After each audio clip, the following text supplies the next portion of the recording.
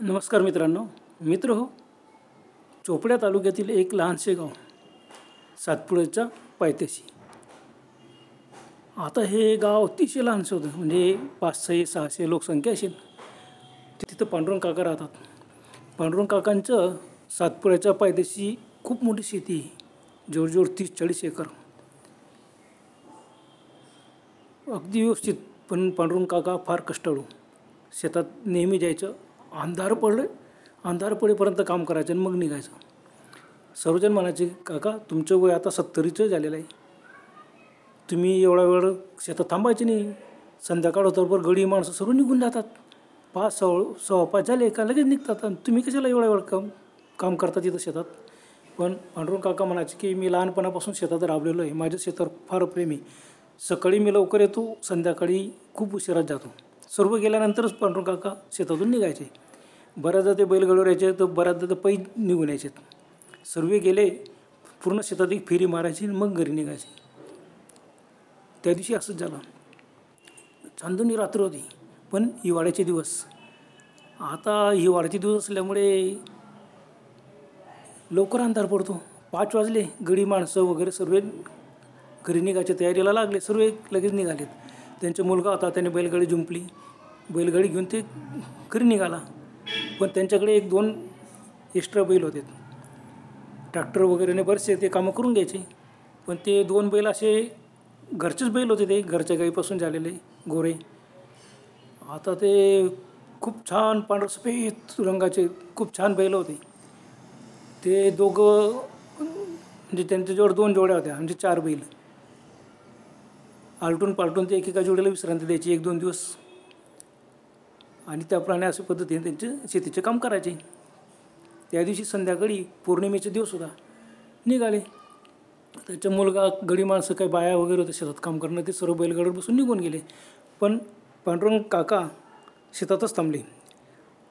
आणि त्यांचा मित्र तुकारामसुद्धा वयस्करच मनुष्य होता, 60चा. तो बी त्यांच्या शेतात काम करायचा, पहिल्यापासून कामाला होता. आता तुकाराम आणि पांडुरंग काका दोघंच थांबलेत. चला आपण पैदल निघून येऊ, आणि गाव काही जास्त दूर नाही, 1-1.5 किलोमीटरवरती आपलं गाव. तुम्ही निघा, आम्ही येतो. मग संपूर्ण सर्व लोक निघाले. आजूबाजूच्या शेतातले सर्व लोक निघून गेले होते. पांडुरंग काकांनी संपूर्ण शेताकडे बघितलं. त्यांना खूप छान वाटलं की खरंच आपण कष्ट करतो म्हणून जेवढं दिसतो. नाही का रे तुकाराम म्हणा, हो काका, मी पहिल्यापासून बघतो तुमच्या शेतावरती खूप प्रेम आहे, आणि तुमच्या कष्टामुळे जेवढं संपूर्ण समृद्धी आहे. पांडुरंग काका म्हणाले, पहा ना किती छान वाटतो आहे. आणि कष्ट केल्याशिवाय फळ मिळत नाही. माणसाने नेहमी कष्ट करत राहायचे. तुकाराम म्हणाला, पण काका तुमचं वय आता खूप झालेलं आहे, आता तुम्ही घरी आराम करायला पाहिजे. काका म्हणाले, मला घरी चित्र लागत नाही, मी भलेच काम कमी करील, पण रोज शेतात आल्याशिवाय मला करमत नाही. झालं. दोघं गप्पा मारत होते, घरी निघून गेले. संपूर्ण आजूबाजूच्या शेतामध्ये संपूर्ण शांत वातावरण, चंद्रप्रकाश. अंधार होऊन गेला. आता 5-5:30-6 वाजले असतील. 6 वाजता एवढ्यात अंधार होऊन जातो. हे लागलं. तुकाराम म्हणाला, काका चला निघा, लवकर निघून जाऊ. काका म्हणाले, चला निघूया, पण बघा काही चिंता करायची जरूर नाही, आज पौर्णिमा आहे. बघा तो समोर चंद्र उगवतोय. आता चंद्र उगवल्यावर चंद्रप्रकाशात काहीच चिंता नाही, आपल्याला नेहमीच्या रस्ते, आपण अंधारातसुद्धा बरोबर घरी पोचतो. काय 1-1.5 किलोमीटर तर आपलं गाव आहे. मग पांडुरंग काका आणि तुकाराम गप्पा मारत निघाले. शेत सोडलं, बरंच थोडंसं पुढे आले. पूर्ण रस्ता निर्मनुष्य, कोणीच नाही. हातात मात्र त्यांच्या काठ्या होत्या.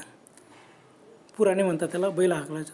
पुराणे हातात ठेवतात, त्याला पुढे इट्टी असते, म्हणजे साप वगैरे आला तर इट्टीने मारता येतो. दोघं असे गप्पा मारत रमत येत होते घरी. दिवसभरच्या कामाने ते बरेच थकलेले होते. तुकाराम त्यांच्या शेतात कायम काम करायचा पहिल्यापासून, तोही थकलेला होता. आता ते दोघं गप्पा करत येत असताना अचानक एकदम ते त्याच्यातून थांबले. तर शेताच्या बांधावरती त्यांच्या पांढरा जो गोरा होता, तो मस्त चरत होता. अरे पांडुरंग काका म्हणे, अरे बापरे, अरे हा गोरा कसं काय बैलगाडीतून सुटून गेला. दोघं बैल दोन्ही गोरे म्हणजे आता बैलच झाले होते ते पाठीमागे बांधलेलं असताना पुढे बैलगाडी निघून गेली. नाही हा की नाही कोणाच्या लक्ष नशीन दोर सुटून गेला असेल ना. त्याच्या दोर खाली अंधारामध्ये अंधार पडून गेलं तर थोडंसं चंद्रप्रकाश वगैरे होता. यांनी त्याला हाक मारली, तो थांबला. यांच्याकडे उडून पाहिला. त्यांना वाटलं बरं वाटलं, चला बा आपलाच गोरा आहे. मग ते गोऱ्या जोडवी लागले. पण गोरा कशाचा तो चरण सोडून दिला ना, हळूहळू बांधावर चालायला लागला. आता रस्ता सोडून असं इकडे काय जातोय. आणि मध्येच त्याने लगेच रस्ता बदलला आणि निघून गेला. मग तुकाराम आणि पांडुरंग काका म्हणाले, अरे हा कुठंतरी भरकटतोय. आणि बघा आपलं शेत कसं आहे, शेताला थोडशा अंतरावरती घनदाट जंगल सुरू होतो. लगेच सातपुडा पर्वत. संध्याकाळच्या वेळेला बिबटे, लांडगे, कोल्हे सर्व येतात. अरे याला शिकार करून खाऊन टाकतील ते, चला चला. त्याला हाक मारली पण तो कशाचा तो चालला पुढे पुढे. मग पांडुरंग काका आणि तुकाराम झपझप गोऱ्याच्या मागे चालू लागले. आता गोरा रस्ता सोडून दिला, शेताच्या बांधांवरून पुढे तो निघाला. हे सुद्धा त्याच्या मागे निघाले. त्याच्या मागे मागे हे झपझप चालत होते आणि तो अजून जोरात पुढे चालत होता. बापरे आता काय करायचं. पांडुरंग काका बोलले की अरे पकड त्याला. तुकाराम पळाला. तुकाराम वयाने पांडुरंग काकापेक्षा कमी होतं, त्याच्यामुळे तो जोरात पळत पुढे गेला. पुढे गेला तर बैल तो जो गोरा होता पांढरा सफेद अंधार चमकाला होता. चंद्रप्रकाश बराच वरती चंद्र आला होता. मस्त उजळ होतं चंद्रप्रकाश आणि त्याच्यात तो पांढरा एकदम चमकायचा. झाडाझुडपांमधून तो पुढे पुढे जायचा. मग हे हाक मारले, थांब तुकाराम मी पण येतो. मग दोघं बरोबर पळाला. अंधार आहे, सोबतच जाऊ दे, पुढू नको. पळाला ना तो अजून जास्त जोरात पुढे पडतोय. आपण हळूहळू चालू. मग हळूहळू चालत त्याच्या मागे. पण तो कशाच्या पाऊलवाट पकडली त्याने. एक पाऊलवाट होती, ती पाऊलवाट नेमकी शेती संपली आणि जंगलाच्या दिशेने. बापरे पांडुरंग काका घाबरले. अरे तुकाराम चला आता लवकर. आता बघ जंगल सुरू होऊन गेलेलं आहे, घनदाट जंगल. आणि जंगलामध्ये वाघ असतात, बिबटे असतात. अरे पळ पळ. मग दोघं धापा टाकत पळाला, हातात पुराणं. पाऊलवाटेतून दाट झाडी. पण त्यांना जंगलाची सवय होती, त्याच्यामुळे ती पाऊलवाटेने सुद्धा पळतच होते. आता त्यांचं वय जास्त झाल्यामुळे त्यांना इतके जोरात पडतात नव्हतं, पण मंदगतीने का असे ना ते पळायला लागले. पळता आले अगदी ते बैला जोडाले. पांढरा सफेद बैल मस्त उभा राहिला. यांच्याकडे पाहिला आणि हळूहळू अजून पुन्हा जंगलाच्या दिशेने, सातपुड्याच्या पर्वताच्या दिशेने जायला लागला तो. हे त्याच्या मागे, तो पुढे. हे तो सापडायचं, हे पळायला लागला का तोही पळायचा. मग हे थांबले का तो पण थांबून द्यायचा. यानं म्हटलं अरे आता हळूवार चाला का, आपण थांबल्यावर तो थांबतोय ना. मग हळूवार चालत ते जवळ याला दोघं जवळ आले. पुन्हा तो बैल पांढरा सफेद बैल एकदम पुढे पुढे जायला लागला. यांनी विचार केला बापरे, त्याच्या पाठला करता करता किती वेळ गेला आणि घनदाट जंगलात येऊन पोचले. बापरे. तुकाराम म्हणाला, काका आता पुढे जाऊ नका, सोडून द्या त्या बैलाला. बघा किती अंधार होऊन गेलेला आहे, चंद्रवरती येऊन गेलेला आहे, चंद्रप्रकाश आणि दाट झाडांची सावली. हे संपूर्ण जंगल आहे. शेतीचा भाग सोडून आपण पहाडाच्या पायथ्याशी येऊन गेलेलो आहे. आता पहाड सुरू होऊन गेलेला आहे. पण पांडुरंग काका नाही, माझ्या बैलाला मी असं जाऊ देणार नाही. अरे रात्रीची वेळ आहे, भरोसा नाही, केव्हा एखादा वाघ त्याला पकडून खाऊन टाकेल. तुकाराम म्हणाला, काका तो बैल आहे, जोरात पडून बी जाईल की शिंग मारून स्वतःची सुटका करून घेईल. आपण कशी सुटका करणार जर आपल्यावरती वाघाने हमला केला तर. अरे हो खरं आहे. मग येईलाच काय. नाही पळा. तो मस्त सातपुड्याच्या टेकड्या सुरू झालं. बस टेकड्या मस्त पुढे जायला लागला. आता तो पुढे जातोय. पण पांडुरंग काकाने विचार केला नाही काही हो, पण त्याला आधी पकडायचं आणि मग घरी नेऊ. घनदाट जंगलातून गेले आणि अचानक बैल गायब. अरे हा गेला कुठं. बापरे. खूप आजूबाजूला शोधलं त्यांनी, मोठमोठ्या आरोड्या मारल्या, परंतु कुठूच काही आवाज आला नाही. आता मात्र पांडुरंग काका पण घाबरले. तुकाराम म्हणालो, तरी मी म्हणत होतो सोडून द्या त्याला. अरे प्राणी तो बरोबर येऊन जाईल काका, तुम्ही जे चिंती जाता आता सोडून द्या, आता आपला जीव वाचवा. मग पांडुरंग काका भानावर आले. अरे बापरे किती रात्र होऊन गेलेली शिन, अर्धा एक तास होऊन गेला आपण त्याच्या पाठला करतो, तो सापडत नाही, गायब होऊन गेला जंगलात. मग ते लगेच निघाले. चला आल्या पावलाने आपण परत जाऊ पाऊलवाटेने.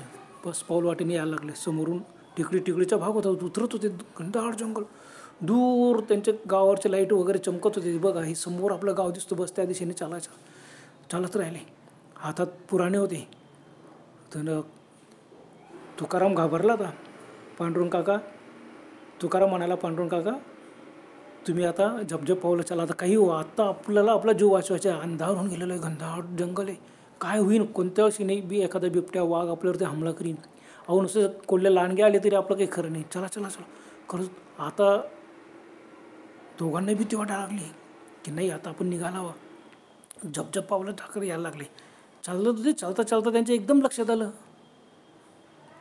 तुकारामने एकदम काकांचा हात पकडला. अरे काका आपण कुठं जातोय? मग कुठं? आपण गावाच्या दिशेने जायला पाहिजे. तर समोर बघितलं का? समोर काय? अरे हां, समोर तर पर्वत दिसतोय, उंच उंच पर्वत. हो ना, आपण असं उलटे कसं काय जायला लागलो? नाही ना, आपण तर गावाच्या दिशेने जात होतो. नाही, ह्या पाऊलवाटा अशा वाकड्या तिकडे असल्यामुळे का होतो, चुकून आपण एखादी पाऊलवाट डोंगराच्या दिशेने त्या दिशेने चाललो असो. आता हे बी विसरून गेले कोणत्या रस्त्याने. अंधारात तर पाऊलवाट बी दिसत नव्हते. आता चंद्रप्रकाश झाडाच्या सावलीत थोडाफार दिसायचे, तेवढंच. झाडाचं घनदाट दाट अंधार गुडूप सावली होती. चंद्रप्रकाशाची किरणं खाली पडत होते. त्या किरणामध्ये त्यांनी पुन्हा पाठमोरे झाले, पाठीमागे. अरे हो, खरंच आपण चुकून पाण्याच्या दिशेने जातोय. समोर आपलं गाव आहे, चला गावाच्या दिशेने चला. आणि बघ लाईटं दिसत आहेत झाडाच्या याच्यातून सुद्धा आपल्याला. आपण उंच बघा ते बस. आता या दिशेने जायचं. पाऊलवाट जसे तसे सापडेन तसं पळायचं. दोघं झपझप पावलं टाकत चालतच होते. चालता चालता अजून परत मागून हंबरण्याचा आवाज आला. ते थांबले. मागे ओढून बघितलं, पांढरा सफेद बैल दिसला. तो जाऊ द्या, आता तो आपल्या पाठीमागे येतो. आपण पुढे चालत राहतो, त्याच्या मागे जायची नाही, तो बरोबर आपल्या मागे. तो पण घाबरला असेल, आपण जातोय ना, बस. मग पुन्हा वळले, पुन्हा जाऊ लागले. घनदाट झाडी होती, पण दूर लाईटाचे उजेड वगैरे गावातलं लाईट चमकत होते. दूर रस्त्यावर वाहनं जात होते, ते बी दिसत होते. मग पांडुरंग काकांना हायसे वाटलं, बघ आपल्या आता रस्ता बरोबर आहे. बस असे चालत होतं. समोर तुकाराम म्हणाला, समोर बघायचं का खाली बघायचं? खाली सुख पाऊलवाटा आहेत आणि घनदाट जंगल. खाली बघून बघून चला नीट. जनावर असू शकतो एखादा. हा नो, खरंच एखादा अजगर साप आला तर? बापरे, दोघांच्या अंगावर एकदम काटे आले. बापरे, आता काय करायचं रे तुकारामला, काका आपल्याकडून चूक झाली, आपण खरंच सरळ जायला पाहिजे नव्हतं. आता मागे ओढून बघूच नका. बैल दिसो नको दिसो, पाहायचंच नाही. बस असं म्हणत चालू लागलं. चालता चालता पुन्हा त्यांना पाठीमागून हंबरण्याचा आवाज आला.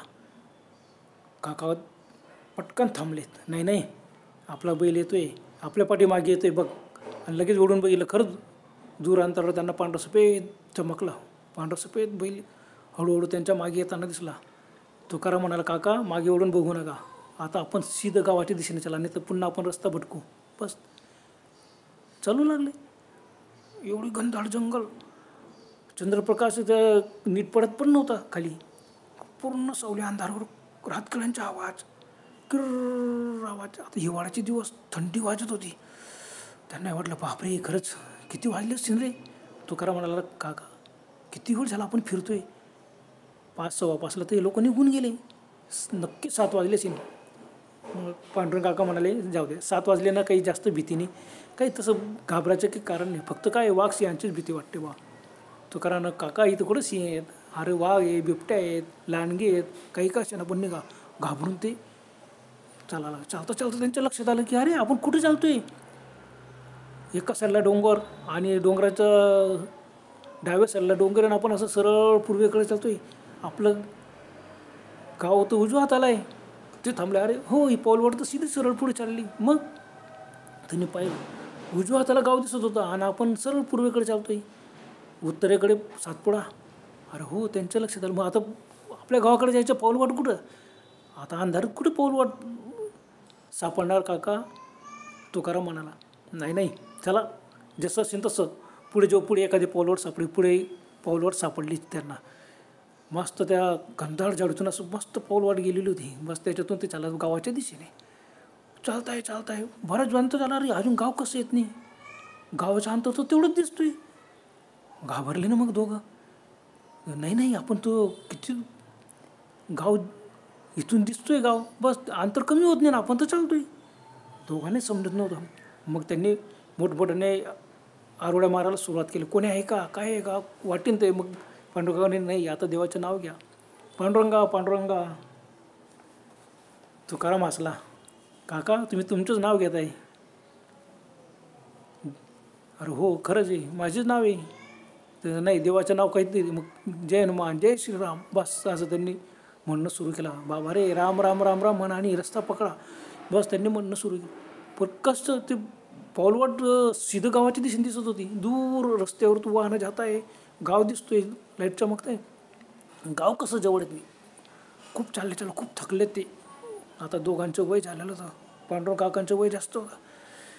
धापाठाक्यात उभे राहिले. बापरे, घशाला कुरळ पडलं. तुकाराम काय करायचं रे. तुकाराम म्हणाला, बघू एखाद्याची वाट, कोणी पाण्याची बाटली वगैरे आलं तर आपण मस्तपैकी पाणी पिऊ. तसे परिस्थितीत पांडुरंग काकांना हसू आलं. बाबा रे, संकट आल्यावर कसं काहीचं काय विचारचक्र चालू होतात. पुन्हा मग त्यांनी थोडंसं थांबली, इकडे तिकडे पाहिलं, पाठीमागे उडून पाहिलं, काही दिसत नव्हतं. आता सुमसाम शांत. मग हळूहळू चालायला लागले. आता इथं रात्र कशी काढणार आपण, चालल्याशिवाय गत्यंतर नाही. बस चाललं. अचानक त्यांना भास झाला, पाठीमागून काहीतरी दमदार पावला आवाज येतोय.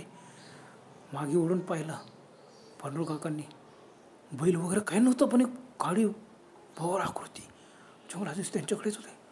अरे तुकारामला त्यांनी पटकन हात पाहिला. तुकाराम तुकाराम बघ काय, अरे तो आसूल येतोय का काय. त्यांनी पाहिलं, नाही आसूल इतकं उंच नसतो. बापरे, काळी आकृती ते. पळा पळा काका पळा. त्यांनी हात पकडला आणि बस पळतच सुटले. त्यांनी एकमेकाच्या हात पडत. त्यांना कोणी एवढं पडलं जात नव्हतं, पण पुराणा एका हाताने पुराणा जमिनीवर टेकवत टेकवत आरोड्या मारत ते पडत, जय श्रीराम जय श्रीराम जय हनुमान जय हनुमान. आणि असं पडतच राहिले घामे घुम. काकांचं वय झालेलं, तुकारामचं बी वय झालेलंच होतं. एवढं फक्त एवढंच होतं की काकांपेक्षा ते लहान होते वयाने. परंतु आज सर्व 50च्या पुढचे लोक किती पळणार. खूप थकले. मग हळूहळू चालायला लागले. मागे तुकाराम म्हणाला, काका मागे ओढून पाहू नका. शांत रातकऱ्यांची किर्र आवाज, काय सुमसाम. सर्व आजूबाजूला पाहिलं.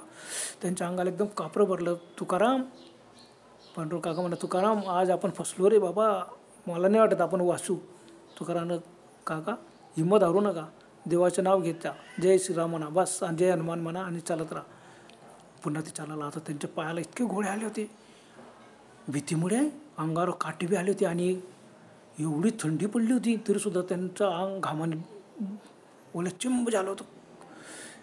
धापा टाकत ते चालत होते. बोलता पण येत नव्हतं. तुकाराम म्हणाला, काका देवाचं नाव घ्या, बस आपण आपल्या गावाला पोचू. आता आपल्याला भीती नाही. परमेश्वराचं नाव घेतलं ना, भीती होत काहीही होणार नाही आपल्याला. काकांना असं कसं झालं, पण गाव कसं येत नाही, आपण किती दूर गेलो असो, हे गाव समोर दिसू येत कसं नाही. तर काका फक्त आपण चालत राहतो, आपल्या हातात दुसरं काहीच नाही. मग दोघं चालत राहिले. अचानक त्यांना अजून परत भास झाला, आपल्या बाजूने कोणीतरी चालतोय. बरोबर, अरे तुकाराम तुकाराम कोणतरी आहे. तुकाराम, अरे खरंच बाजूने साईडने झुडपांमधून वाघ तर नाही, बिबट्या तर नाही. बापरे, थरथर कापायला आले. काका काका म्हणा, तुकाराम तू जुळून पड बाबा, तू पड माझ्याकडून. आता पडल्या माझ्याकडून तर चाललं जात नाही, मी खाली बसतो. गपकन खाली बसून गेले. तुकाराम त्यांना कसं तरी उठवलं. नाही काका, काही असो, बिबट्या असो, भूत असो का काय असो, चालायचं. बघा चंद्रप्रकाश, चांदणी रात्र आहे. हे थोडंसं झाडं ओलांडले का लगेच शेताच्या भागीन जातो, झाडं कमी, मग रस्ता दिसून जाईन आपल्याला, त्या दिवशीने पळायचं बस. आता दोघांकडून चाललं जातात, कसे तरी धापा टाकत टाकत चालतात. मग हळूहळू त्यांना एकदम शेती दिसली. त्यांना हायसं वाटलं. तुकारामाला, काका मी तुम्हाला सांगितलं होतं ना, देवाचं नाव घ्या, आपल्याला बरोबर आपलं गाव. आणि लगेच गाड रस्ता लागला. बस गाड रस्त्याने ते धापा टाकत चालले होते. त्यांना थोडंसं हायसं वाटलं. बस चालत चालत चालत एकदाच ते गावच्या अगदी जवळ आले, विशीपर्यंत आले. मग थांबले. पांडुरंगाकडे मागे उडून पाहिलं. तुकाराम म्हणाला, काका मागे उडून पाहू नका, भूताटकीशी. पण नाही रे, पण माझा बैल मागे राहिलेला आहे ना, त्याला ते वाघाने खाल्लं नाही. तुकाराम म्हणाला, काका आता बैलाच्या नाद सोडा, आपण सुरक्षित वाचलो ना, बस झाला. पण काका जागच्या जागी करून राहिले. नाही रे, पण माझ्या बैलाला सोडून मी वापस आलो. नाही हे चांगलं नाही केलं आपण भीतीमुळे. अरे थोडंसं अजून फिरलो असतो, पकडलं असतं त्या बैलाला आणि घेऊन आलो असतो. तुकाराम म्हणा, काका सोडा, आता आपण विशीपर्यंत आलेलो आहे. गाव किती दूर, अर्धा फरलांगसुद्धा राहिलेलं नाही. चला चला. कसं तरी त्यांनी काकांची समजूत घातली. काकांचं मन डोळ्यातून अश्रू यायला लागलेत, रडायला लागले. तुकारामांना, काका रडू नका. काका म्हणाले, अरे बाबा त्या भुताटकी असो काय असो, पण माझ्या बैल तो जंगलात नाहीसा झाला रे. बिबट्या त्याला आता रात्री सोडणार नाही, सकाळी बैलाचे प्रेतच सापडेन आपल्याला.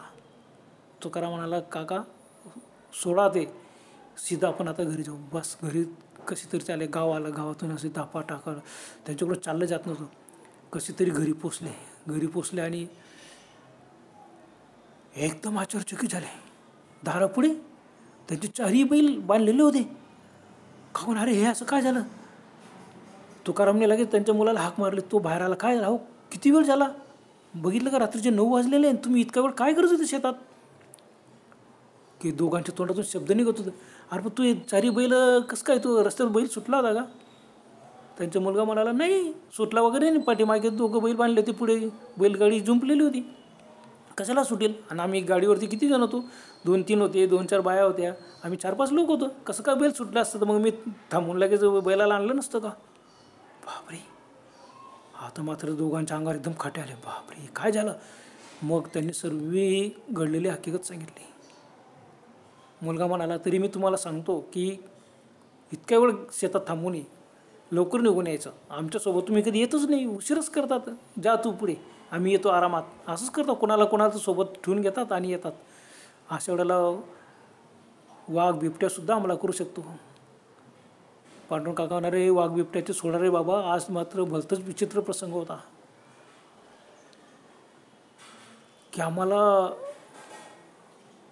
3 घंटे लागले घरी यायला. जंगलातला चकवा होता तो, त्या चकव्यात आम्ही सापडलो होतो. चकव्याने मला किती फिरवलं. त्याने बैलाचे रूप घेतलं, एक काळ्या आकृतीचे रूप घेतलं. तुकाराम म्हणाला, काका पण देवाचं नाव घेतलं ना आपण, हनुमंतरायांचं नाव घेतलं, श्रीरामांचं नाव घेतलं, जय श्रीराम जय हनुमान. बस आम्ही दोघं असे जप करत होतो, म्हणूनच आम्ही त्या चकव्यातून वाचलो रे बाबा. खरंच पांडुरंग काकांनी सुटकेचा श्वास सोडला. पण काही असो, त्यांना खूप आनंद झाला की त्यांना काही असो, आपलं काही झालं असं न तर चाललं असं, पण माझ्या बैल घरी सुखरूप पोचला ना, बस ते बघून मला खूप आनंद झाला. बस खूप समाधान वाटलं त्यांना.